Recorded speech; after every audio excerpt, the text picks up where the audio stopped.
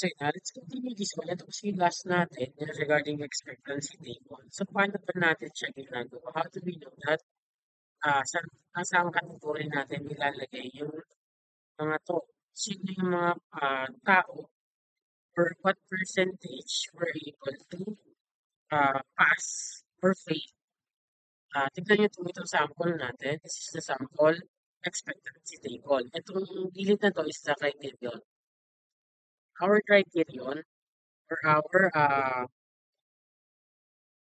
focus when it comes to their mastery, titignan natin criteria. The criteria is regarding course grades in American. So ito yun. It is the axis y or the y-axis. Kung tignan mo dito, since gumawa na tayo ng scatter plot, draw a scatter plot. So meron na tayong xy axis. And then, on our y-axis, nakita niyo yung ating criteria, which is the course grades in American history. So siya na yun. Ito na siya.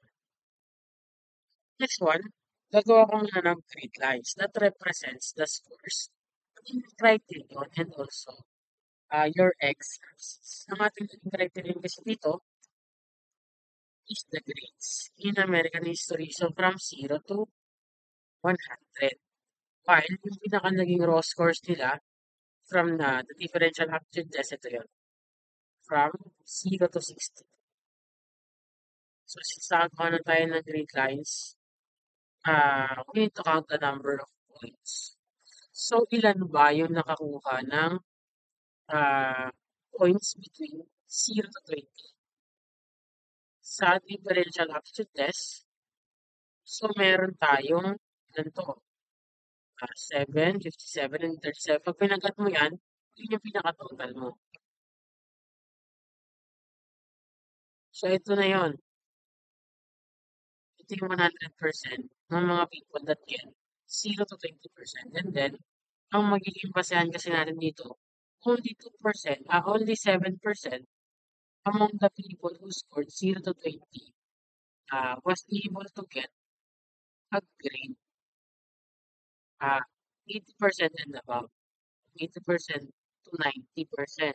So 7% lang. Doon tayo kumuha ng ating expectancy table. So we are expecting that those who get 0 to 20 raw score, or those who get uh, 70 to 80 have the higher chance to score 0 to 20 on their differential aptitude test. So nagkaroon na tayo ngayon ng number of points and then yung total number of points within each vertical interval. Ito kasi is the percentage.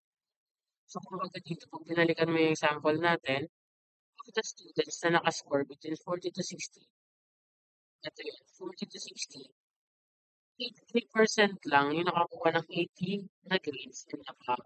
So ito yun, 54 plus 29. Yun yung magiging basis mo what to expect, whether there is an expectation ba or wala naman talaga. Kaya ginawa natin siyang percentage. Kasi ito muna is just the uh, person who scored 60 to 70 in 60 to 70 grade while they have 0 to 20 score in their differential aptitude test. Bali pagkasama-samahin mo lang, ilan ba yung tao na yon? Ilang percentage ba sila? In total, is about 37, 7.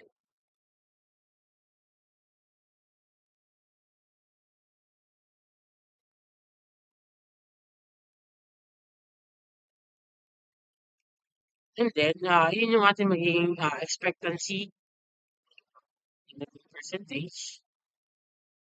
So, meron na kayong table 6 to kailangan tama yung inyong percentage na ilalagay sa mga cell. Hindi pwede magkamali kayo ng percentage dito. Because when you add it up, kailangan tama siya. So, 83 plus 70 is 100. So, meron ka na ngayong 100. Pag pinag-add mo ngayon yan, it needs to become uh, 100. Hindi ka puwedeng ano, magkamali. But there are certain times kasi when it comes to percentage since naka-round off siya, it's either you get 99 or you get 100.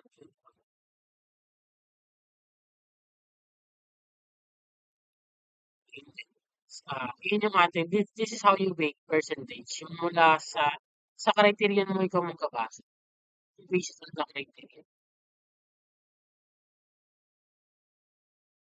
Yun yung basis mo for making the percentage. Kasi ito yung tao dito, that's the frequency of the people who got 70 while having the score of 0 to 20. So, naging dalawa yung iyong, kahit dalawa yung check mo in order to make those cells. So, yun yung magiging basehan ninyo in order to make ang expectancy table. So, based on the table na meron tayo, ito na yun. 40 and above, ano ba yung naging grade nila? Do they have the grade of 0 to 69? Wala daw. While they have 17 percent,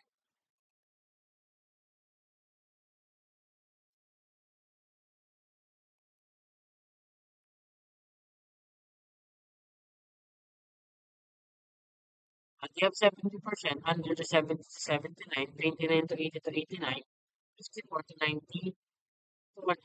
So this could be the interval scores na nakuha ng mga estudyante. The scores for 40 and above. So 17 na nakakuha ng 70 to 90. Pag ilang tao yung nakakuha ng 39, 6 yung nakakuha ng 70 to 79. So yun lang din naman yung ating expectancy. And next is the expectancy score. Dito natin malalaman whether they make satisfactory or unsatisfactory. Graphic lang naman siya. Pero kasi tayo, di ba, expectancy table, ito yung more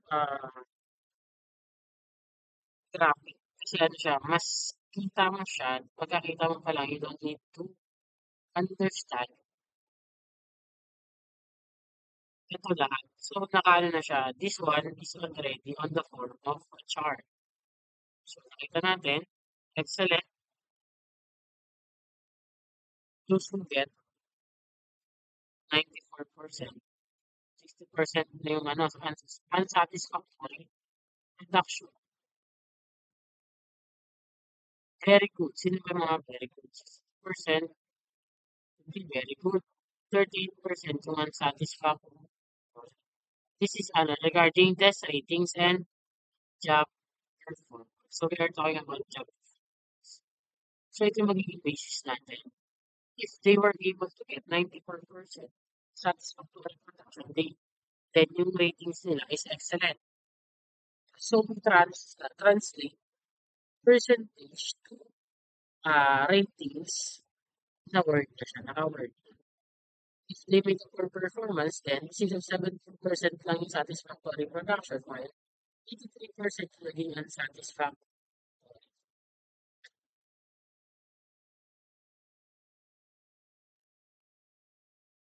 As illustrated in the expectancy chart, of all applicants originally rated excellent, 94% yung satisfactory, while 17% uh, yun, there are applicants kahit na rated poor sila during uh,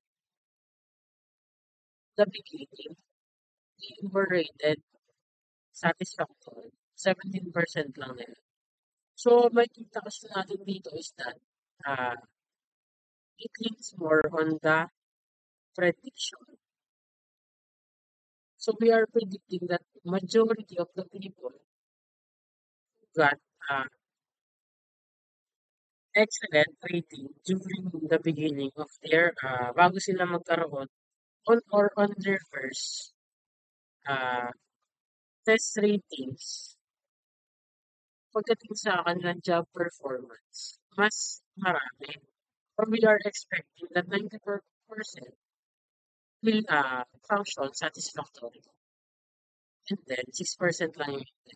While sa pool kasi, although most of the majority of them will produce unsatisfactory performance, which is 80% din dito, but still, hindi ko sabihin na lahat naman sila will perform poorly. So meron pa rin yung 17% who can produce satisfactory job performance. So ang expectancy chart natin tells us na 'pag mataas yung initial ratings, excellent, then mas malaki yung chance na magbigay ka ng satisfactory production or satisfactory job performance. While kapag poor ang iyong ratings, then in terms of job performance, mababa rin ang mababa rin yung expectation, expectancy nga, mababa yung expected natin na magpo-produce ng satisfactory product. Mas malaki yung job failure. So, that's why when it comes to job performance, diba ang hina-hire nila is the people who get excellent rating. Ibig sabihin, ah, kung totoo nga yung ganito, then it means that we need to hire yung nakakuha ng ratings na excellent. Why? Kasi maliit lang naman yung chance that they will produce unsatisfactory performance. Malaki pa rin yung chance na satisfactory sila. Kasi pag kumuha ka ng nasa pool and then, tignan mo, 17% lang yung chance that they will produce satisfactory job performance, then mag-risk ka ng 83%. So, in order to remove the risk, mas less kasi yung risk dito sa excellent ratings. Uh, that's why they hire people na nandun sa uh, bracket na yun. That's the applicant that gets hired. Yun yung hire natin. So, let's go on another table, the Taylor-Russell table. So, dito naman, tine-check natin, uh, yung estimate of the percentage of employees hired by the use of particular test. Test ulit, and then, yung kanilang job performance. So, meron ulit job performance. But, most of this one is mostly used, mas gamit kasi siya with industrial or the selection. Kapag selection siya, ginagamit siya sa recruitment. Diba? Recruitment and selection. Bakit ito yung mas ginagamit natin, Taylor-Russell table? Because, uh, ito kasi table natin, mas makikita natin whether they should be higher. Anong test ba yung ginamit natin? Diba, for teaching, ano bang test ang ginamit natin na mas malaki nakita natin percentage of success? 80% ba success? 90% ba ang success rate ng mga na-hire using that test? So dito pa rin kasi we need to understand kung ano ba yung good test. What is the good test? Babalik ka lang dito. Tungkol pa rin yan sa test validity, selection ratio, and the base rate. Kailangan kasi valid yung test. Kasi, siyempre, hindi naman tayo pwede magbigay ng hindi test validated. So, i-compute pa rin natin yung validity coefficient. Ganun pa rin tayo dito. When it comes to selection ratio, possibly nag-aaral nyo na ito before. Selection ratio is the number of people na kailangan natin i-hire. And then, kung gaano ba, meron tayo, di ba, sa industrial, kung gaano karami yung available na nag-a-apply sa atin. So, halimbawa, 50 ang positions. So, kung meron tayong 50 positions and then we have 100 applicants. So, syempre, selection ratio is just 50 out of 100 or 0.50 lang. 50% lang yung chance that uh, an applicant will be accepted. Kasi ang position mo lang is 50 while you have 100 applicants. Hindi mo naman pwede i-hire lahat yan. So, you will be basing it on yung chance nila na matanggap. What about the base rate? Yung ating base rate naman is the percentage of people hired under the existing system for a particular position. So dito naman kasi we are already talking about the particular position. Halimbawa, nag-employ tayo ng 25 programmers and then 20 became successful. So ang base rate natin would be 80% kasi 20 out of 25. So nagkaroon na tayo ng 80% base rate.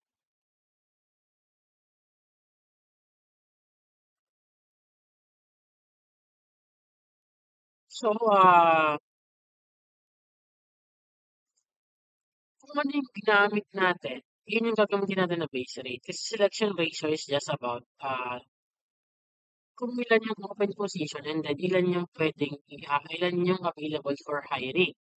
And our base rate is regarding gaano karami yung na-hire that became successful. Yun kasi yung target ng ating Taylor-Russell table.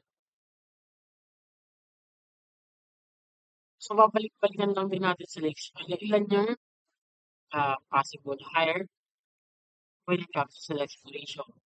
So, yung kung gaano ka-valid yung test, validity coefficient. Base rate is that gaano karami yung na-hire that were able to perform well.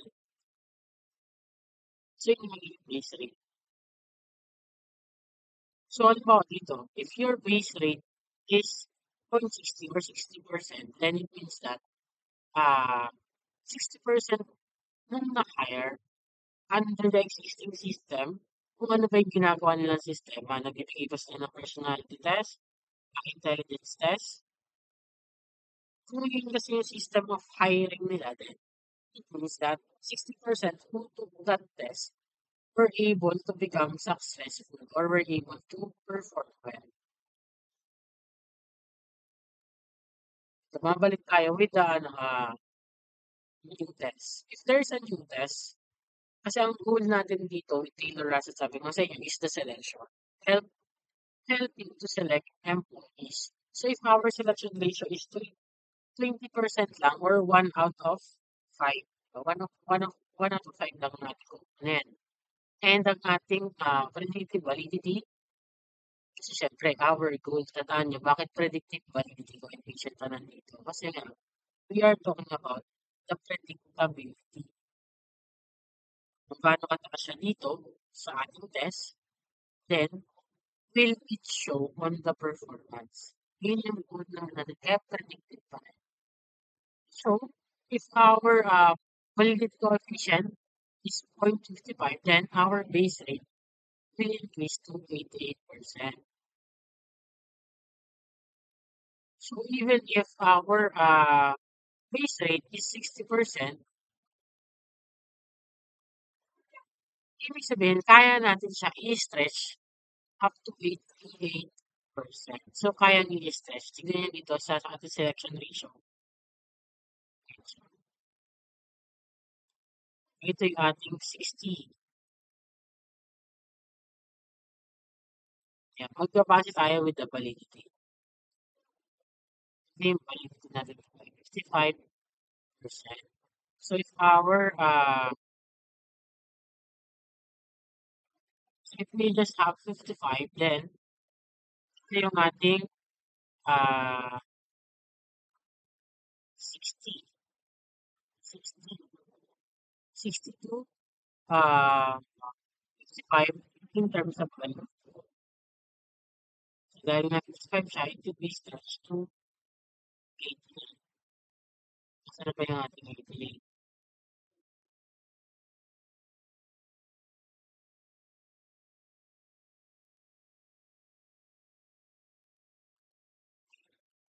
Yun yung ating base rate of 60. Ito kasi yung ating, for a base rate of 60%. Ito yung pwede mong gawin. So, if you just get 60%, then possible, pwede pa natin siya i-stretch up to 88%.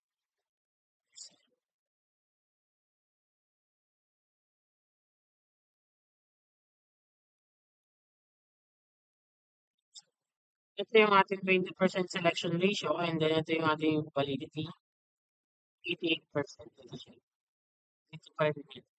So, pwede natin gamitin itong Taylor-Russell table in order to make prediction between the criteria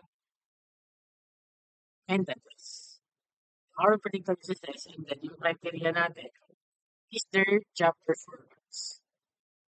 Kailangan kasi magkaroon sila ng linear relationship. Pag linear relationship, then pag tumataas yung score nila with the test, then it means that their job performance should go up.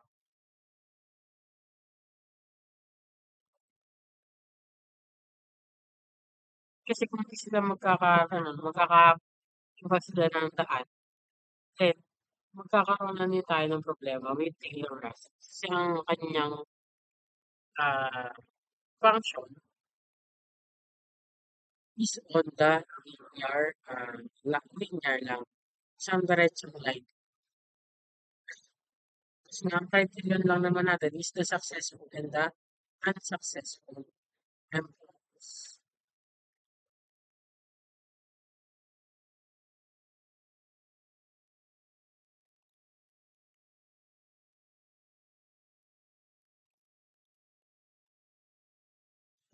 Even if we can use Taylor Russell, although pwede natin gamitin Taylor Russell, uh, you may avoid it kapag ang iyong set of tables is alternative. Pag magkaiba kasi, ang magkaiba yung average, diba, provided an indication of the difference in average criterion scores for the selected group compared to the original group. So, if hindi mo pwedeng gamitin yung Taylor Russell, then you can use Naylor-Shine tables. Yung Naylor-Shine tables naman obtains the difference between the means kung natanggap and yung mga hindi nakuhang group. So, ang goal naman natin with these two is that makita natin yung utility ng particular test. Sabi ko sa inyo, you cannot use a test na hindi naman beneficial para sa kahit sino. Because we need to produce copies of these tests by bayad kasi yun. So, hindi ka pwede magsayang basta-basta for the sake para masabi mo lang na nagbigay kami ng test before we hire somebody. But we need to follow on what utility means kung gaano ka how how can we utilize or kung gaano ba kahalaga, beneficial yung iyong binibigay na test. So, sa Taylor Russell natin, it is by determining the increase over current procedures. And the Naylor sine tables naman determines the increase in average score on some criterion measure. So, decision theory and then test utility. Ito na tayo sa test utility. Uh, Cronbach and Glass source psychological test and personnel decision. So, ang may kanina is mostly for industrial. So, ano ba yung pinakita ni Cronbach and Glesser sa kanilang statistical application of statistical decision making? Una, classification of decision problems. Ano, kailangan natin ma-classify ano ba yung mga problems natin with the decision. Kasi we need to understand kung ano-ano ba yung mga possible in making a decision. Meron ba makaka-apekto or is everything okay? Ano, various selection strategies ranging from a single stage process to sequential. Possible kasi na isa lang yung gagamitin mo and then possible din na magkaroon ka ng sequential. Sequential means hindi lang siya single stage. Meron siya mga yung stages. For example, dito nagbigay ka ng test and then sa susunod, meron pang panibago. Kung nasa single stage lang, then, one interview only. Pag na-hire ka na dito, hired ka na. Sequential naman is kapag hindi lang siya one hurdle. After ng test, nagbigay ka pa ng interview, tapos meron pang kasunod. So, naging sequential analysis na siya. Hindi lang isa yung naging selection strategy. And also, quantitative analysis of the relationship between test utility, your selection ratio, cost of the testing program, and then expected value. Kasi mamaya, hindi naman pala ganun ka-importante, hindi naman, we're not talking about the importance of the role. Hindi naman ganun ka-critical yung role niya, but nagbigay ka pa rin sa kanya ng ah, psychological test.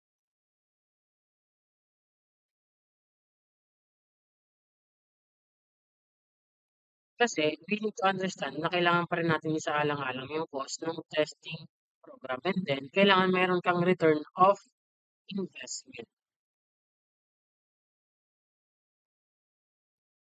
Kasi the problem would arise when you give a test tapos makikita mo dun hindi naman pala effective yung test mo. So dadami na ngayon yung attrition rate kasi mali yung na-hire mo tao. So kailangan there is a relationship between test utility, the selection ratio, kung gaano karami ba yung kailangan mong ilang percentage yung hire mo on the basis of your pool of applicants and then yung mismong cost ng testing program, expected value of the outcome. Kasi mamaya, 100 yung position while uh, you have 500 applicants. Binigyan mo agad ng test. So, 500 yung need mo i-produce na test. That's why, uh, madalas, nagkakaroon tayo ng sequential analysis. Kumbaga, sa una, ito muna, and then, kapag kumonti na sila ng kumonti, saka nagbibigay ng test. Number four, our recommendation that in some instances, job requirements be tailored to applicants' ability instead of the other way around. So, ito yung naging ano natin, ah, ito yung naging ano natin, recommendation. Pagdating sa crawlback and investor. Yung job requirements natin, kailangan naka-tailored siya with the applicants instead of the other way around. Kasi di ba, naging adaptive siya. We adapt based on the ability of the applicant. Kasi ang usual kasi natin is that the applicant's ability should be tailored on our job requirements. So, kailangan pasok sila sa job requirements na yun. It needs to be tailored on the job requirements. Pero kay Quran ba kay Pleasure kasi ah hindi naman sinasabi nila na lahat, but some lang, some instances, yung job requirements yung ita-tailor natin with the applicant's ability. So, ano ba yung ating base rate? Ito yung extent natin whether a certain trait, behavior, characteristic, or attribute ay makikita natin sa isang population. Ilan ba yung proportion ng mga tao na ah, kasi yung population natin is just a proportion. Hindi naman yan lahat. But yung kayang i-represent yung ating population. Ano ba yung mga traits? Ano ang behavior, characteristic, attribute? Yung kinakabit natin or already existing in the population. Yun yung ating magiging base rate. Pangalawa, ating hit rate. Pag sinabi ko sa ating hit rate, babalik ka pa rin sa base rate mo. Ilan ba yung mga tao, the proportion of people of a test accurately uh, identified na meron talaga sila na sinabi nating particular trait, behavior characteristic, or attribute. Gaano na karami ngayon yung tao? Ang isang test, na kaya niyang i-predict accurately or kaya niya i-identify accurately na meron siyang ah, traits, behavior, characteristic, or attribute na nag-e-exist dun sa population na yun. For example, yung ating heat rate could be yung proportion ng mga tao na nakita natin na kayang mag-perform ng kanilang work at the graduate school level.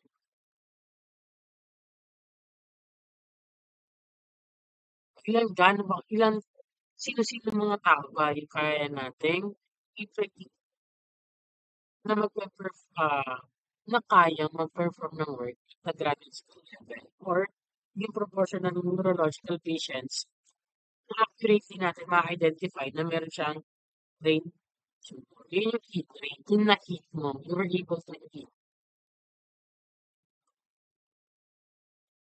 kung ano yung hinahanap mo, kung ano, what you are trying to identify.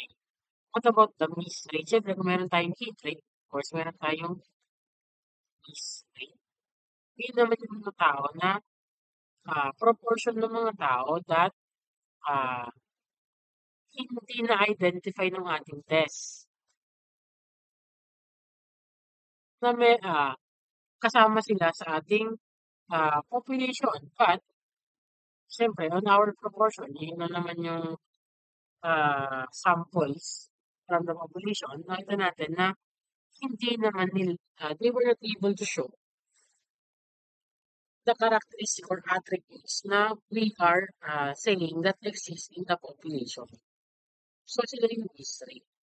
Sila yung miss. Hit or miss. Hindi tumama. Hindi nagkaroon ng differences. So, ito sa atin sa misses, meron kasi tayong category dito. Una, false positive.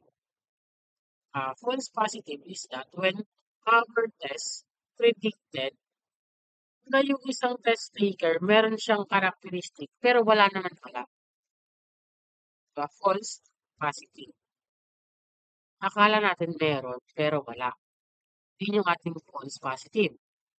So what about the false negative? Of course, if our false positive is uh, the test taker that we are able to see na meron kahit wala, then the false negative means that uh, yung prediction ng test that the test taker does not have that particular characteristic or attribute na sinusukat natin. But in reality, meron na pala sila, no? Kaya siya naging false negative. Kasi mali yung sinabi natin na negative siya. Or mali yung lumabas sa test that the person is uh, the person is negative or wala nung sinusukat natin.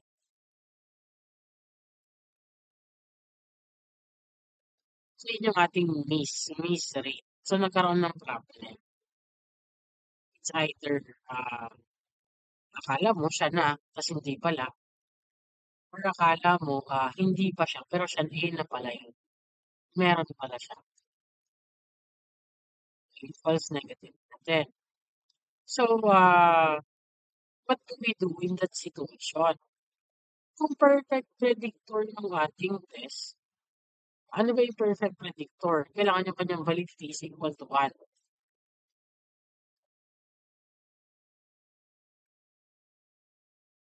Pero in reality kasi, most of the time, wala naman talagang perfect predictor. So, yung, although it is 1, pero kasi most of the time, hindi naman tayo nakakuha ng validity coefficient that is equal to 1. But, in case that meron nga tayong perfect predictor, then, ito yung ating distinct types of outcomes. Una, some applicants will score at or above the cutoff score on the test. So, umangat sila ngayon with the, on average, they were able to get above average scores. So, sila yung successful. While the ones that get below average, sila naman yung hindi magiging successful with the job. So, yun na naman, dalawa lang naman, eh, 'di ba? Kaya only if meron tayong validity coefficient na equals to 1, if they get above average score, then successful na 'to siya. Score below, scoring below average, then unsuccessful at siya. But only if our validity coefficient is equals. Pero kasi kahit hindi naman siya equals to 1, we are assuming or we are, ah, masabi na natin if they get the rating of excellent, then mas malaki yung chance. Because we are talking about the chances, probability.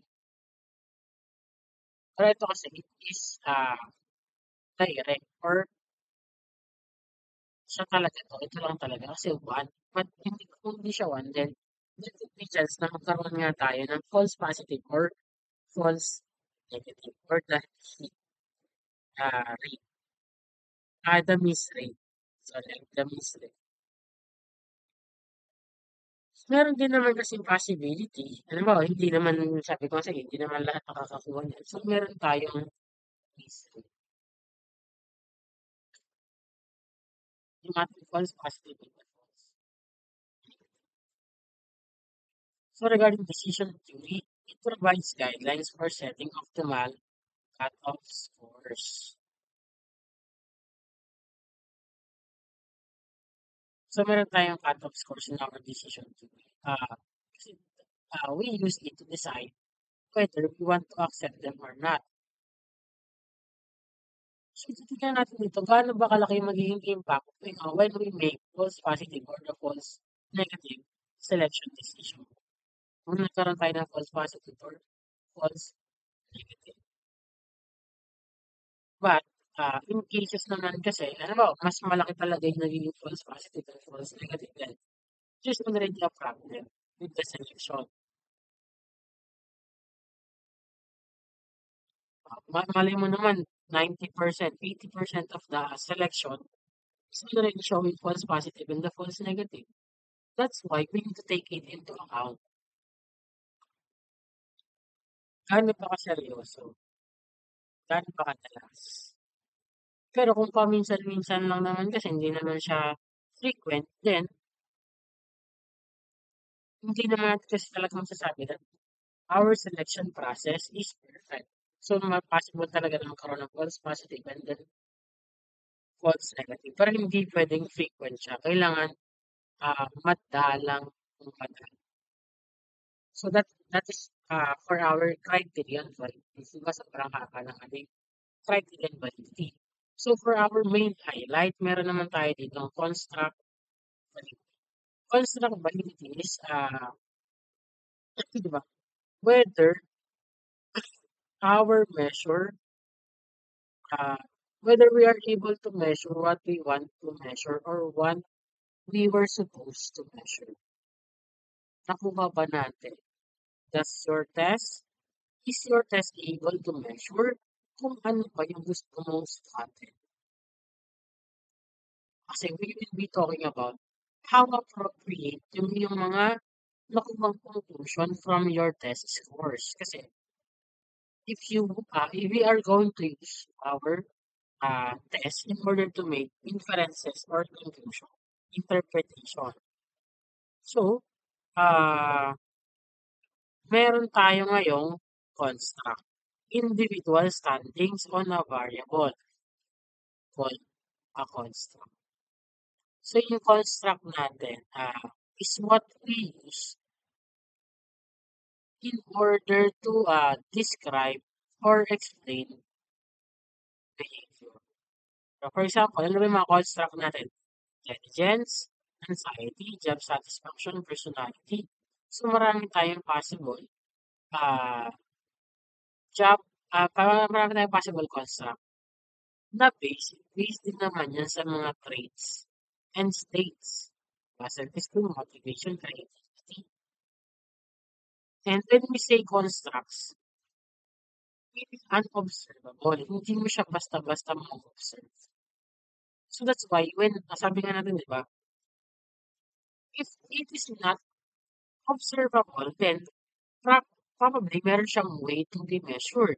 So that's why gumagamit tayo ngayon ng psychological test.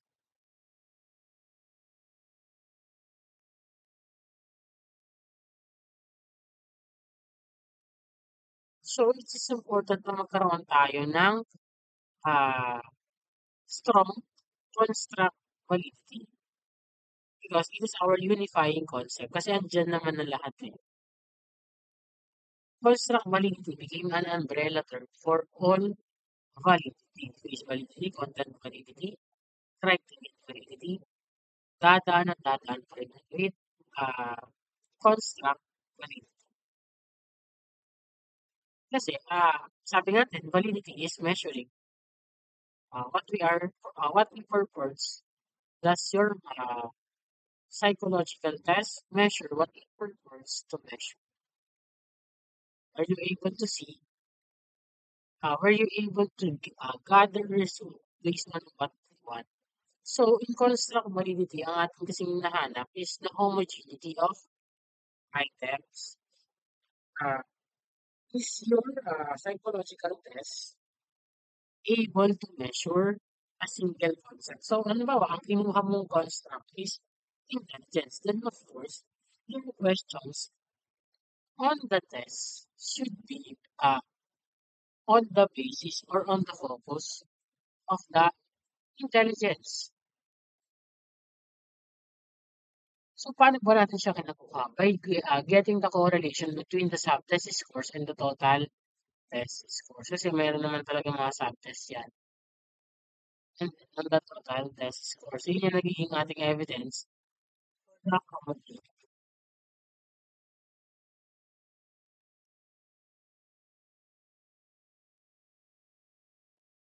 So, when it comes to test development, meron na tayong test development. So, how can we improve homogeneity? Especially, ang scoring mo lang naman is true or false na mili-mili lang sila between the two. You eliminate the items na hindi nagpapakita ng correlation with the total test scores. Kasi there's a possibility na siya ay ah, hindi talaga niya kaya i-measure yung single concept. Intelligence, hindi pala siya pang intelligence, hindi pala siya pang anxiety. Ibang ano pala siya, ibang construct pala yung mini-measure mo. Pero anxiety pala mini-measure mo kasi bilang humalo yung another construct. Which is depression. Hindi nagkaroon ka ng isa pa. Dalawa na. Magkaibang construct yun. They are not the same. Kasi mamaya gumawa kayo ng anxiety scale, tapos sinamahan niya ng depression scale, edi nagkagulo-gulo na ngayon ah konti. And what about those na multi-point scale? Halimbawa, strongly agree, agree, disagree, strongly disagree. Usually, yun naman kasi yung ginagamit natin. Ah, self-report, self-report, and then level of agreement, whether they agree or disagree on the description na nakalagay doon. So, pag ganito kasi, ah, Spearman Spearman na lang order correlation naman ang pwede natin gamitin. Kung hindi siya magkakaroon ng correlation using, hindi mo makikita na magkakaroon siya ng relationship, then iaalis mo rin yung mga items na walang sorry, walang relationship.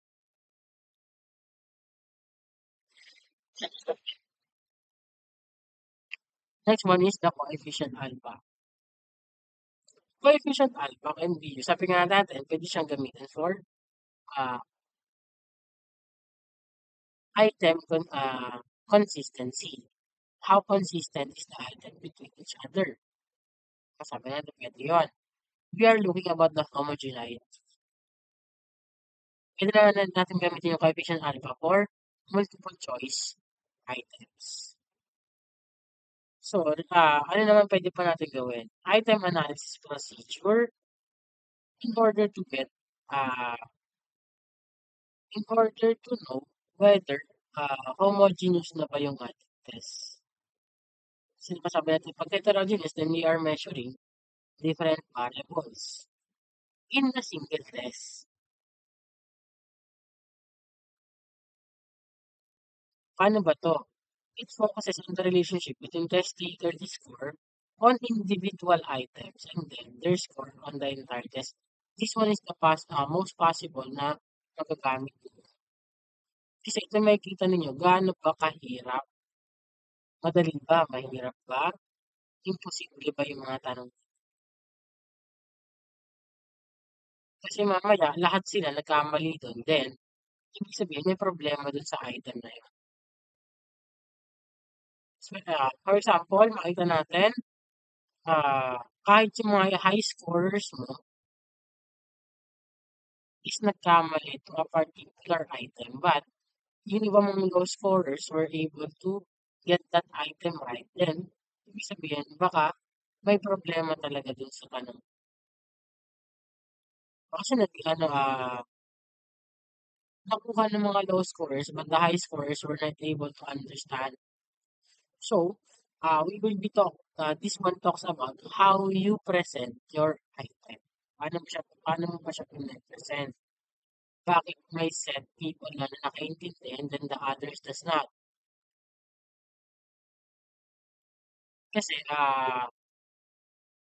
kailangan natin makuha muna yung pagiging homogeneous niya.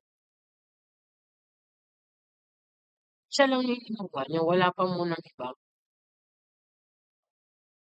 So, when you try, meron kang anxiety, ah, test and then you try to check kung may relationship ba siya with a test na nagme-measure ng intelligence test.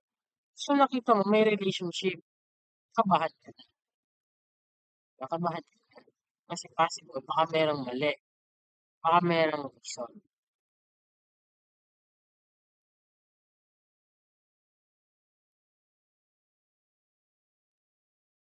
Kasi hindi mo na masasabi agad na related siya dito, itong construct na to is related to the other one.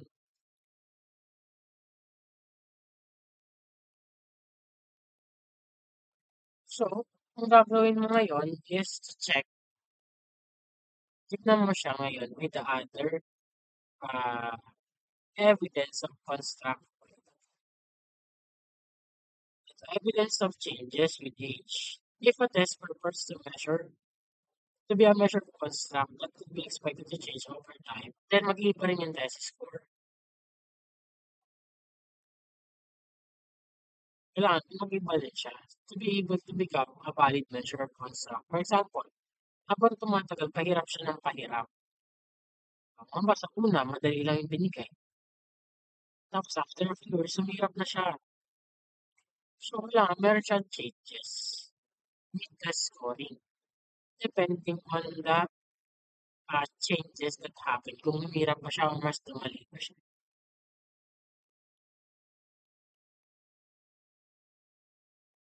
So it, even if your evidence change over time, then hindi pa rin ibig sabihin na pwede niyo siyang gamitin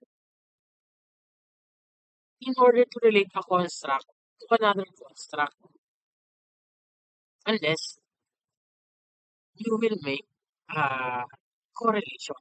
Ito correlate mo. So what about the evidence of pre-test, post-test changes? Siyempre, kung ano natin is uh, changes lang with age. Nagbabago lang siya sa panahon. Pangalawa natin is the pre-test, post-test. Meron ba siyang pinagkaiba between the pre-test and the post-test? Kasi mamaya, meron kang intervening factor on the middle. Diba, nagbigay ng pre-test. What is their score on science subject during the pre-test? Ngayon, nagturo ka. So, during the post-test, exact pa rin sila lahat. Then, there is a problem on what happened in between. Yung intervening factor or the intervening experience does not make, uh, is not, does not show na merong changes. So, possible na nagkaroon din ng problem with the construct validity. Kasi mamaya, yung iyong tinuro pala sa kalagitnaan, hindi pala siya akma dun sa laman ng test.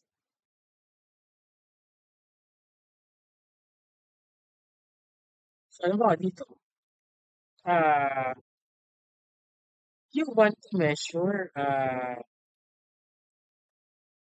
whether they were able to improve on their job performance.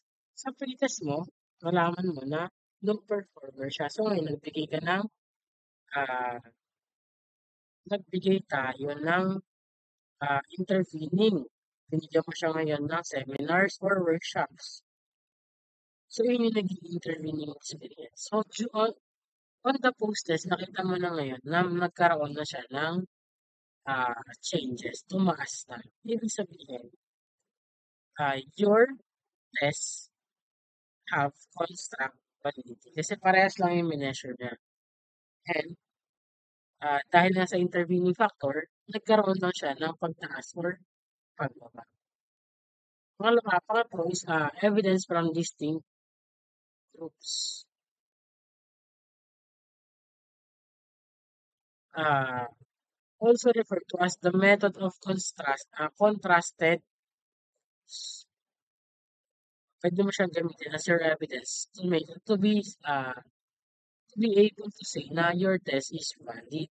Ano ba demonstrate ng ating uh, evidence from distinct groups? Nagkakaroon na your test varies in a predictable way as a function of membership in some group. Yeah, possible kasi na nagkaroon na ng changes with predictability. For example, ang mini-measure mo lang naman when it comes to uh, intelligence is the student. So, mga estudyante yung inyong targets. No, ano ba, achievement test. So, it is valid to measure it, human ability on the students. Kaya nga achievement test. So, possible kasi na magkaroon siya ng changes kung sino yung nagtitake with respect to the construct. Kasi, dahil meron nga tayong certain population na pinagbibigyan natin ng construct natin, then, ah, kapag magkakaibang grupo, kailangan magkakaiba rin sila ng scores. Kasi mamaya lahat sila pare-parehas. Nagkaroon sila ng changes with how they see the construct or how they were able to perceive that construct. Diba, when it comes to test of depression, we are saying na mas mataas ang kanyang test score, then we are presuming that mas depressed yung ating test taker. Kailangan magkaroon siya ng ah, distinction. Of course, kung ang binigyan mo ay mga individual from psychiatrically hospitalized, then kailangan mas mataas yung kanilang scores compared to random people na nakita mo lang dyan sa kalsada or the Walmart shoppers. So, meron ka ngayong differences in terms of who took the test. Sino po yung kumuha. Siyempre, kung sino yung pinaka-target people mo, kailangan sila yung mataas. And then yung mga tao na wala naman talagang kinalaman doon, nakita mo lang, kailangan magkaroon yun ng differences. Hindi pwedeng parehas. Kasi mamaya, yung random sample na nakuha mo sa Walmart shoppers, lahat sila nagkaroon ng scored high kapag kasing taas nung na-hospitalize for depression. So, wala ka ngayon distinction. Hindi mo masasabi that your test is valid or there could be an underlying explanation regarding that. Convergent evidence, this is sabi ko sa inyo, when you try to converge or pagbanggain yung iyong test on another test na uh, is already designed para i-measure yung construct niya. For example, gusto mo gumawa ng test for depression and then meron na existing test for depression. ngayon ipagpapangga mo siya to be able to see whether they will have a relationship with each other. Yung predicted score, yung scores nito and then yung scores nito. Kasi parehas lang naman sila ng mini-measure. So kung nagkaroon ng problem sa'yo, then when it comes to convergence evidence, babagsak ka sa balik.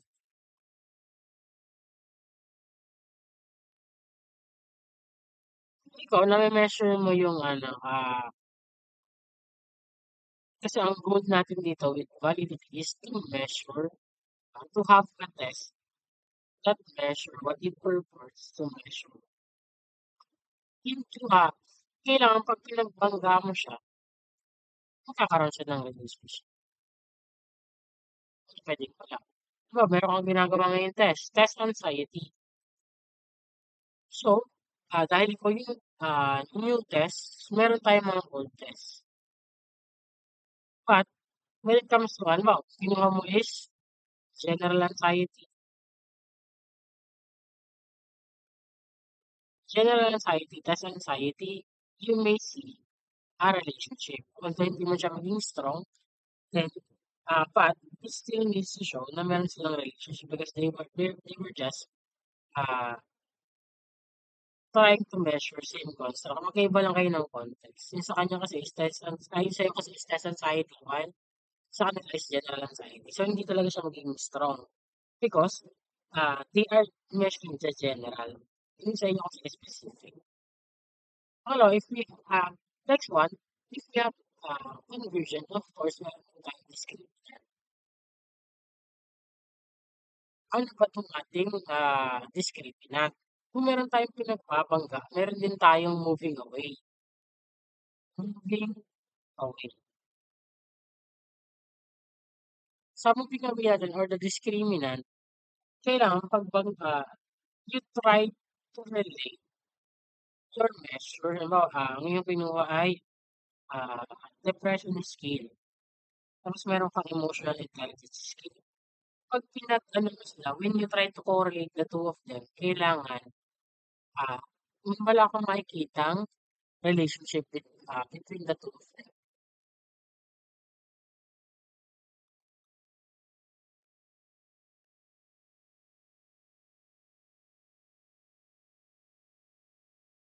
Kasi ang mangyayari nun, possibly, it's either merong problem with your items or merong problem with your respondents.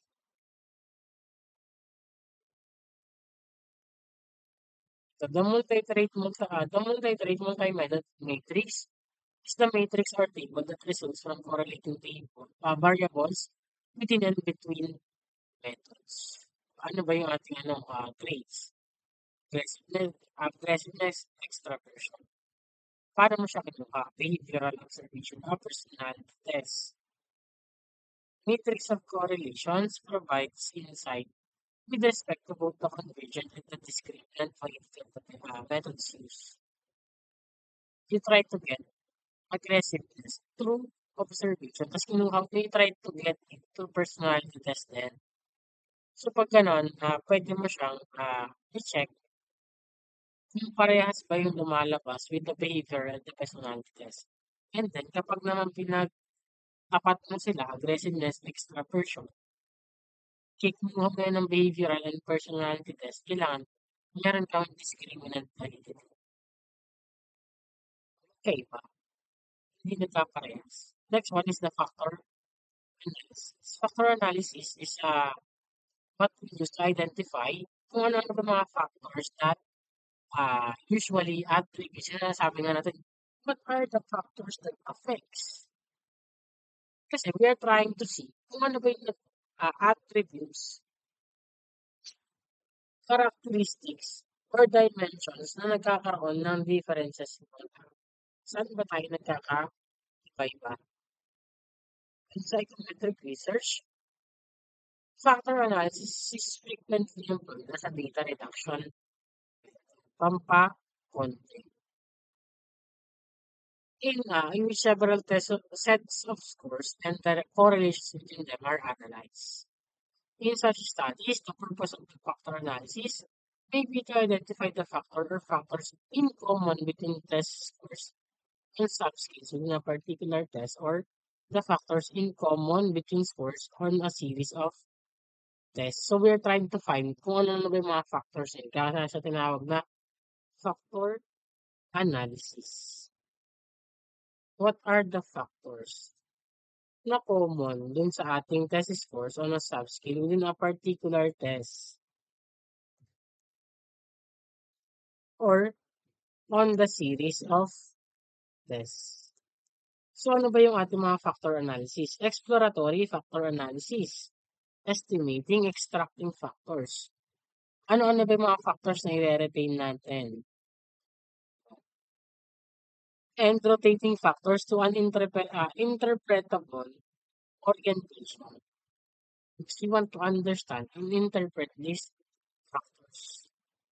Ano ba? Meron naman tayong confirmatory factor analysis. Kasi exploratory, we are trying to explore the factors. Sa pangalawa naman, we are trying to confirm the factors. Kasi naging confirmatory factor analysis. The factor structure is explicitly hypothesized and is tested for its fit with the observed covariance structure of the measured variables. So, ang next naman natin dito is factor loading. Factor loading is yung factor mo ba kaya ba i-determine yung scores? Does your factor predict their test scores? Tapos nagkaroon ka pa rin ng prediction.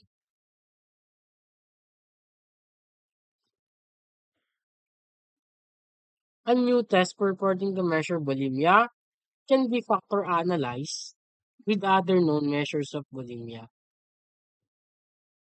So ano-ano ba yung mga measures na yon?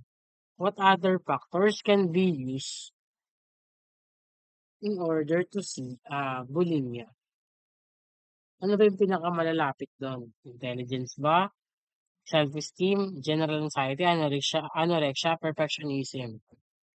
Those are the factors that could be attributed or pwede nating idikit dun sa test na on our construct. Dinidikit natin siya doon. So, yun yung mga nakuha nating factors.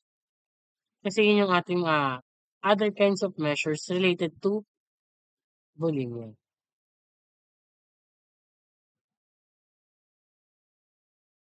High factor loading by the new test on a Bolivia factor would provide convergent evidence of construct validity.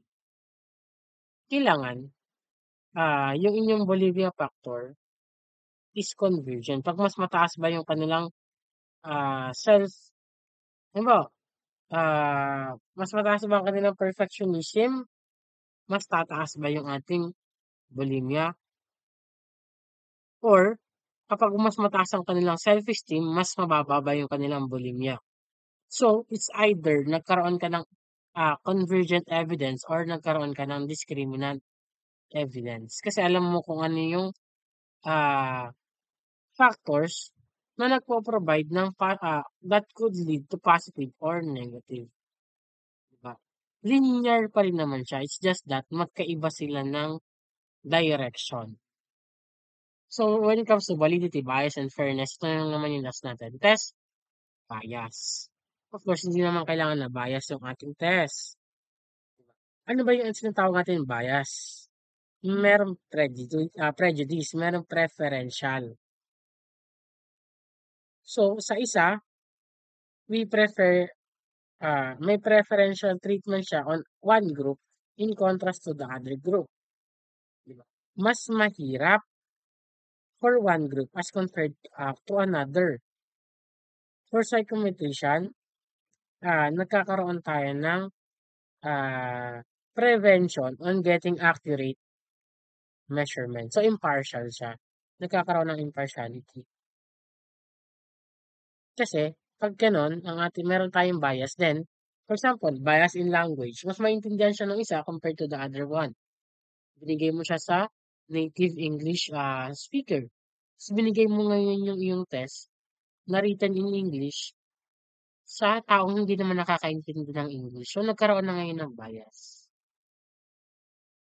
Bias yung iyong ginamit na test. Kasi, hindi niya kayang i-add. It will probably not predict kung ano yung gusto mong makita. If a test systematically underpredicts or overpredicts the performance of a members of a particular group pagdating sa kanilang kriteriyon.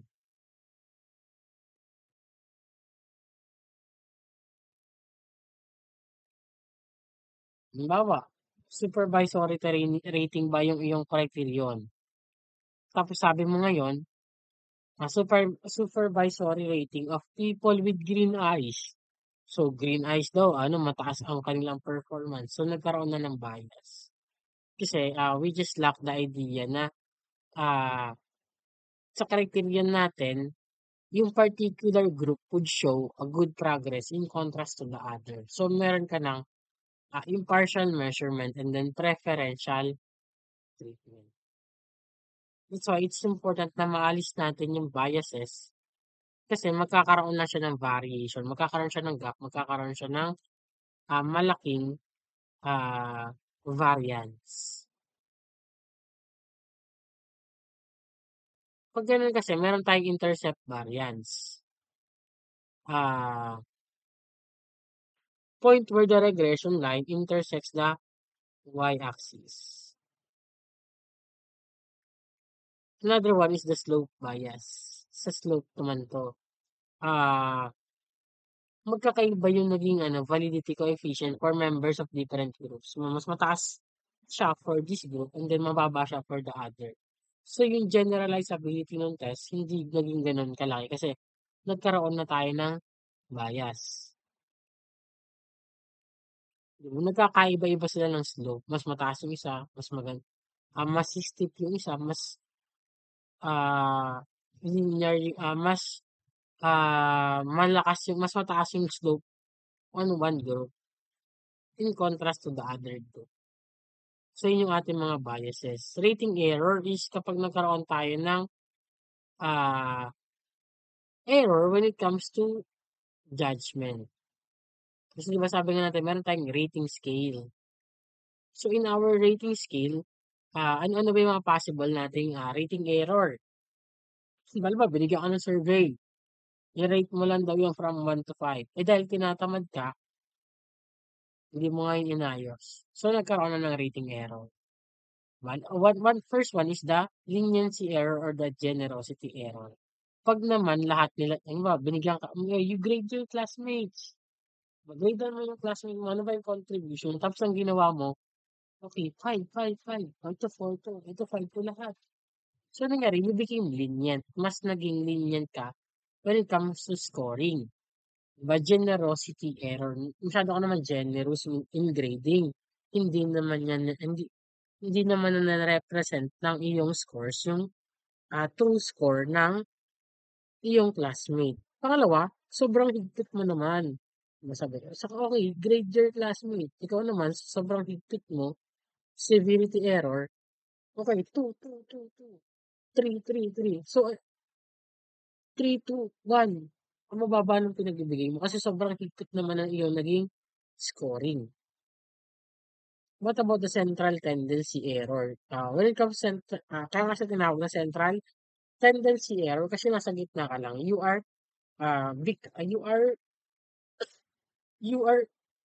naglalaro ka lang ng iyong playing safe. You're just playing safe. Okay, hindi ko sigurado ito. 3, 3, 4, 2. So, ano tayo sa gitna? 3, 4, and 2 ang ginagamit mo. So, ayaw mo kasi magbigay ng, okay, parang hindi ko kaya magbigay ng sobrang taas. Hindi ko rin kaya magbigay ng sobrang baba. So, central tendency error, ano yung problema mo? Kasi mamaya tinitignan mo, kamusta na ba yung mga sinecheck ko? Hindi mo na binabase ngayon dun sa my description, but more on the placement of what to check or kamusta na ba yung iyong naging rating.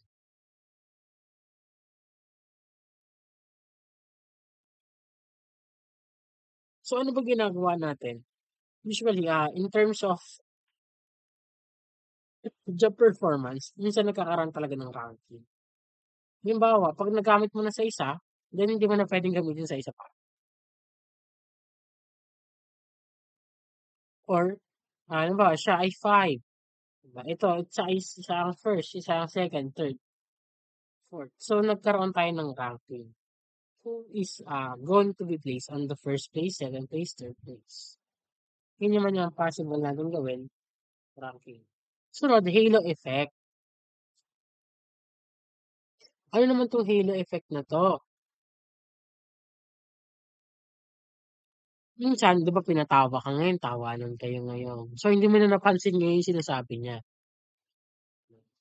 Ikaw, as a raters, dahil nakita mo na siya ay yung sabi natin, "Uy, napakaayos ng damit.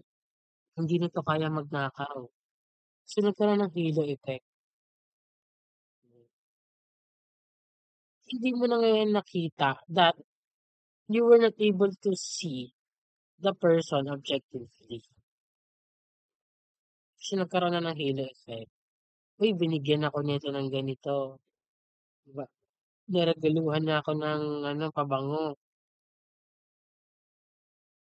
So, parang ano, hindi na ngayon nakita yung real objective scores or rank ng isang tao. So, nagkaroon lang siya ng halo. Parang, okay, siya ay anghel. Hindi siya makakakuha ng masama. So, sige, score. Napakataas naman ang score mo compared to what is being deserved. Hindi pala niya deserve yun kaso dahil nga sa halo effect, tinaasan mo siya. Pangalawa, test fairness. Malapit na tayo matapos. Yes, test fairness. You need to remember that in terms of psychometric context, kailangan makita whether the test is fair. Uh, if your test is impartial, just, equitable way. Impartial, wala ba yung kinikilingan? Wala bang